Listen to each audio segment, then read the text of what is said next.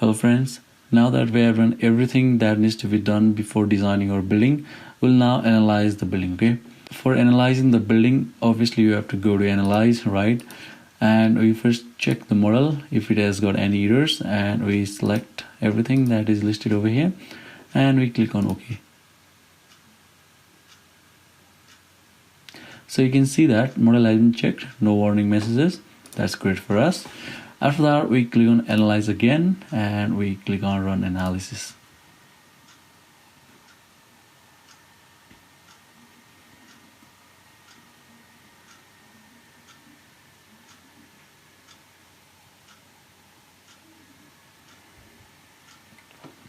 Okay, it's shown in 3D window.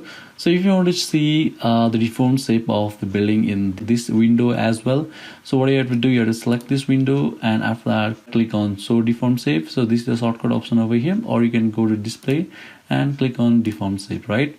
And here you can just select the load case or the combinations, right? So we'll do for dead now. Okay, so just for an example, and click on OK.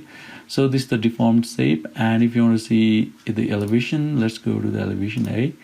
So you can see the deformed shape of our building. Okay, so for the dead load case, and if you change the load case, so the deformed shape will also change, right?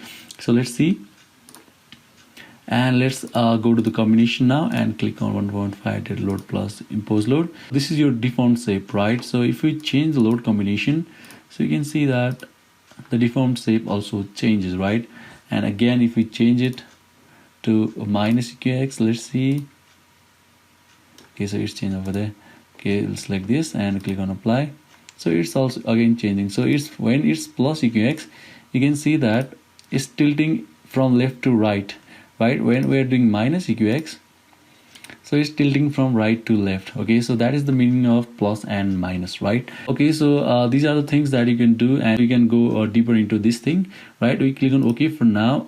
After that, what we do, we see the bending moment diagram of this structure. For this, you can click on this shortcut menu over here, or what you can do, go to display, click on show force stress diagrams here, and after that we click on moment M33. So that is the measure moment. Okay, so for load combinations, you can see any of the load combination. We'll go with this, right? And we click on OK. So here is the moment diagram, right? So for looking at any of the structural members value, just right click on that, and after that you can see the moment value over here. Okay, so here load case or load combination, you can change load combination from here. And so components measure shear force B2 and the measure moment is M3. So we are looking at the measure moment, and here IN means the left end and JN means the right end. So the total length of this beam is 3.7846 meters. And what we do, we click on scroll for values if you do, and if you hit the value of like 2.5 meters. Okay, so if you want to see the value of the moment or the shear force at 2.5 meters, then hit enter. You can see the shear force is 4.4839 kilonewton meter. Okay, at 2.5 meter value. Same is for the shear force as well.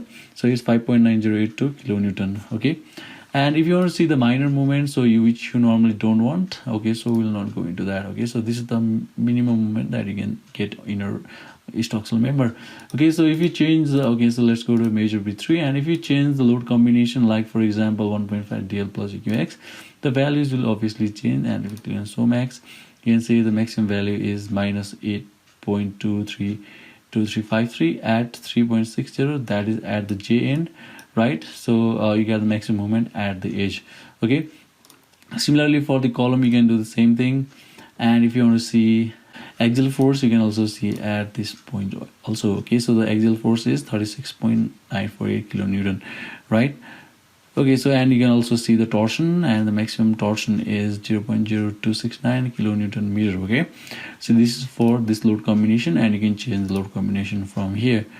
Alright guys, so if you click on plan and click on okay, so let's go to first floor.